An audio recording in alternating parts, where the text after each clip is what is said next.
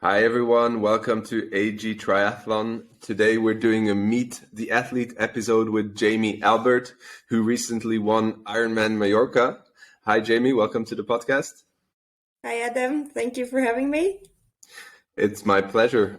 So first of all, congratulations on your victory. Looking forward to getting to know you better. So Jamie, why don't you tell us a bit about yourself? As I said in the race recap, I'm 30 years old, 33 years old. I live in Switzerland, and in my studies of human movement sciences, I did internship in Australia. I was with Darren Smith. He was coaching a group of athletes preparing for the London Olympics in 2012.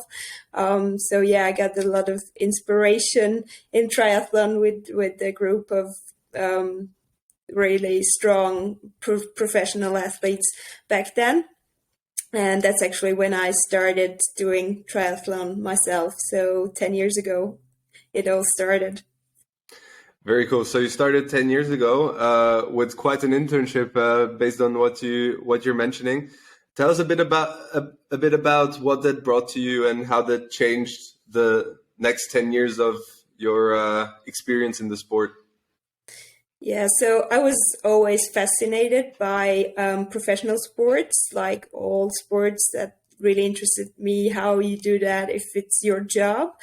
And so I got like an insight. I was with the athletes day in and day out, and I saw how they were training and working, and the positives, but also the negatives about being a professional athlete. It's like you're away from your family a lot of the time, and you have to book flights and do like loads of things that we don't see, which was really interesting, and also seeing what it takes to compete at the highest level.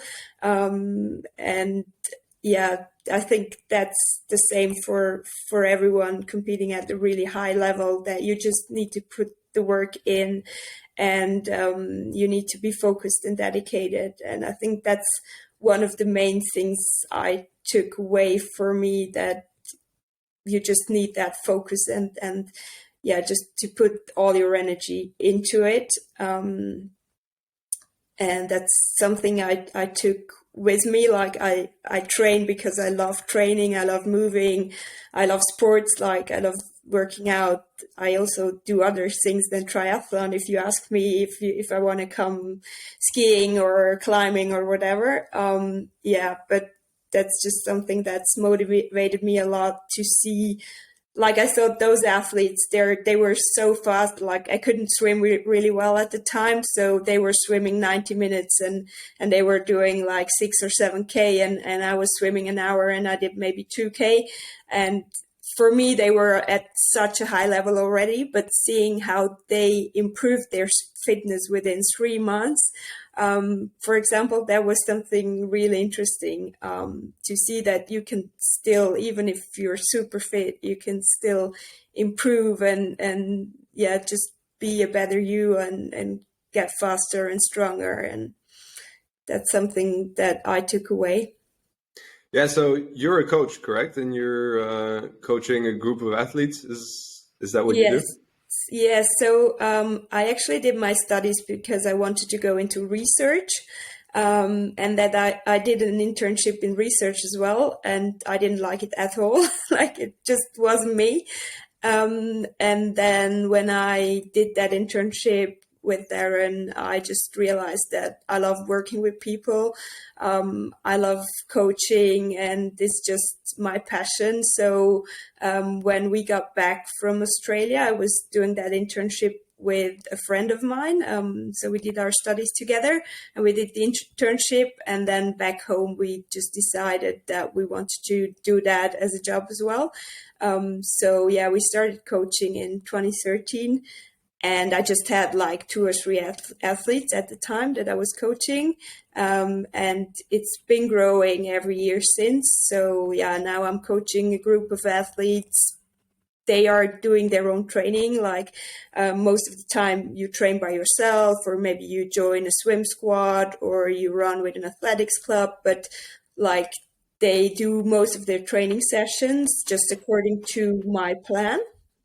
But then we do have events and training camps and things like that where we have our athletes joining, and sometimes there's other athletes as well who I don't coach individually. But yeah, there's a lot of exchange going on, and I see a lot of people in the sports, and I just try to give all my knowledge to them and try to work with them towards their goals. And they're totally different goals, so you work super individually, like I try to, and I try to really focus on what the athlete can do. Like, I don't try to just put out a plan and tell the athlete, this is what you need to do. You need to train 20 hours a week, and it doesn't matter if you have a family and you're a CEO and whatever. I rather look at what is their life and how can we make the best of training so that there's a good balance and the athlete reaches his or her goals. So would you say that for you as a coach, the most important thing is to give a plan to the athlete that fits into their life, right? That adapts to their life, rather than the athlete having to adapt to your plan?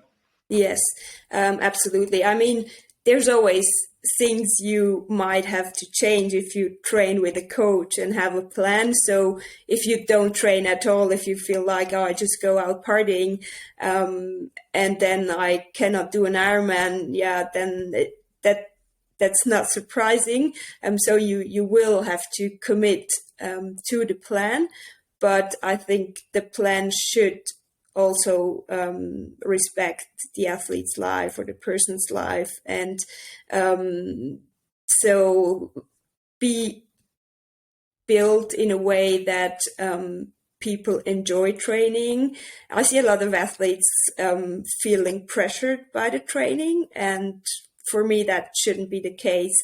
I think you should enjoy training and be happy to do your sessions and be motivated. Like, people sometimes ask me, how do you motivate yourself? What if you don't feel like training? And unless I'm sick, that's never happened to me. Like, I always look forward to my training, and I'm so happy to be healthy and to be able to train. So I want to give that to my athletes as well, that they don't feel pressured, but they feel like, oh, I want to tackle the next training session. I want to have a challenge, or I just look forward to a nice evening ride. Yeah, whatever it is on the day, but that's my main goal, that they stick to triathlon or whatever, if they want to do another sport, but that they stay in shape and that they work out and enjoy it. Yeah. So what is always fascinating to me is that as a coach, you have all that knowledge, right? But I will presume that you don't coach yourself, because that never works out, right? So, or do you? I am self-coached. I do coach myself. Yeah. Except for the swim. Like, I work on my swim with a coach usually every 3 to 4 weeks. I have a swimming session with a coach.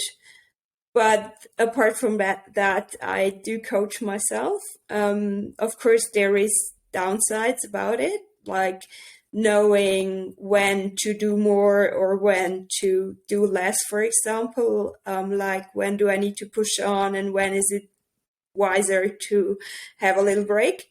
But that's something I've learned in these past 10 years. Like, I've gotten to know my body really, really well.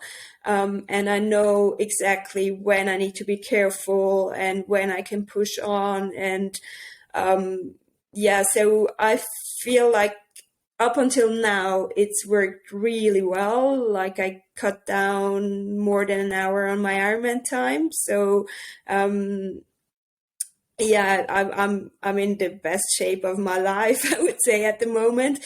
And I feel like I know what I need to do to become stronger and faster even. So at the moment, for me, this is good to coach myself. But should I feel like I'm not progressing anymore and I don't know what to do in order to improve, then I would search for a coach myself. Yeah, I mean, I made that presumption because I have a coach myself who's also like studied sports science and whatnot, but he has a coach on his end as well because he said that he just cannot coach himself, and I heard it a couple of times, but I guess you've developed that self knowledge that allows you to do so. That's pretty cool. Yeah, what I wanted to ask you about is you live in Switzerland, right? With Nicolas Spirig and Rudy Wild and Sven Riederer, you have quite the history in the sport. So tell us a bit about triathlon in Switzerland and just the scene in general. Yeah, so triathlon is really popular in Switzerland, and I mean, yes, we have the big names. We have Daniela Rief, so she's like the superstar everyone knows here. And so there is a lot of people who know a bit about triathlon. They probably don't know all the names you said. Most people know Daniela. But there is like that general knowledge people have, and then there's a lot of people who want to do triathlon, and I mean, Switzerland is one of the wealthy countries, so you can also afford a bike and all of that. It's and you can travel to races. So I think that's one thing which plays into it as well, that people can afford the sport, which is not like that for everyone in every country, I think. So that's why a lot of people do it. And competition is also quite strong because everyone does it. And then you see like, oh, that girl's faster than me, or this competition, they did those times.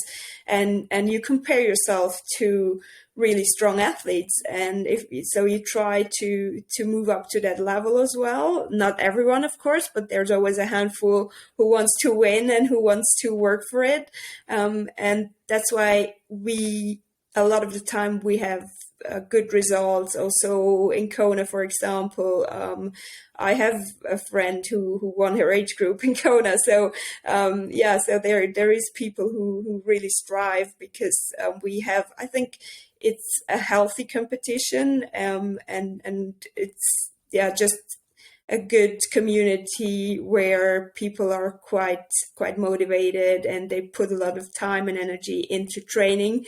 So you always find people to train with as well. Like that's something that I can profit a lot from as well. Yeah, and then I guess the mountains and the lakes, just a natural predisposition that there is for triathlon must also be quite nice, right? So yeah, sounds like a great place. And there are also big races, right? There's a 70.3 and an Ironman that's been going on for quite a while now, right? The Zurich Ironman. Yes, we have 70.3 in Rapperswil. That's usually in June. I know when that started. I did my first one in 2014, and it's happened every year since and before already. And then we had Ironman Zurich until 2019. I was lucky enough to do that last edition there. I did 2017 and 19 in Zurich. And then it just moved to Thun, which is a really nice course. I did it last year. So that's perfect. Like people were cheering even more than in Zurich. So the atmosphere is great in Thun, and the cycling route is just so nice, and the lake is beautiful. So I find it like, if you're someone who likes to go to an Ironman, which has a nice scenery as well, then Ironman Switzerland is totally recommended. It's not the easiest with the altitude meters, but yeah, it's really nice. So we have those events going on. I think people in Thun enjoyed it a bit more than people in Zurich, because we have a lot of events, like other big events in town. And sometimes it's a bit annoying if they like close all the roads. And so I think it was a good move to change that event and take it to another place where people are even more motivated to host and to volunteer and all of that. Very cool. Yeah, I mean, yeah, I typically look for the flattest possible course because I try to limit the damage and the pain that I'm going to go through. So maybe if I change that mentality, I'll look into a course in Switzerland. But yeah, I mean, you have really a wealth of experience in the sport, and you're also a coach, and like over a decade into it. What would be like this one takeaway that you wish you would have known 10 years ago when you got in? And yeah, just a tip for someone that is looking into taking up the sport. So I think one thing that you really need to do is focus on yourself. There's so many, especially with social media now, you have Strava and Instagram and all of that. There's so much information, and you always see the huge training sessions everyone is doing, and the 200K rides and the 30K runs at the super fast pace and all of that. But in the end, it comes down to yourself, and you need to know what like your body is capable of. And so I was lucky enough to be around a coach at the time when I started. Like, he didn't really coach me at the time, but I saw how a coach works with athletes. So I would definitely take a coach on board if I was just starting out, especially when you start out. Like, I feel like after a while, you know a bit what to do, but when you start off, that it's good to have someone by your side who can tell you, like, there's so many questions you have when you start and so many insecurities, and someone who just tells you it's fine to take a rest day and it's normal that your legs hurt after your first 20K run or whatever.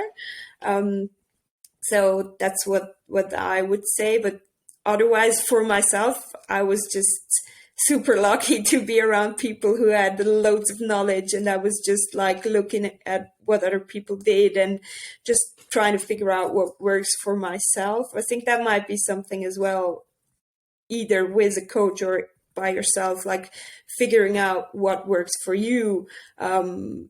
Is it like, for me, it's not the low carb, for example. Other people think it's great. So, or is it an early morning swim? I love that. Other people cannot get out of bed. So I think you need to figure out what works for you and how you can improve.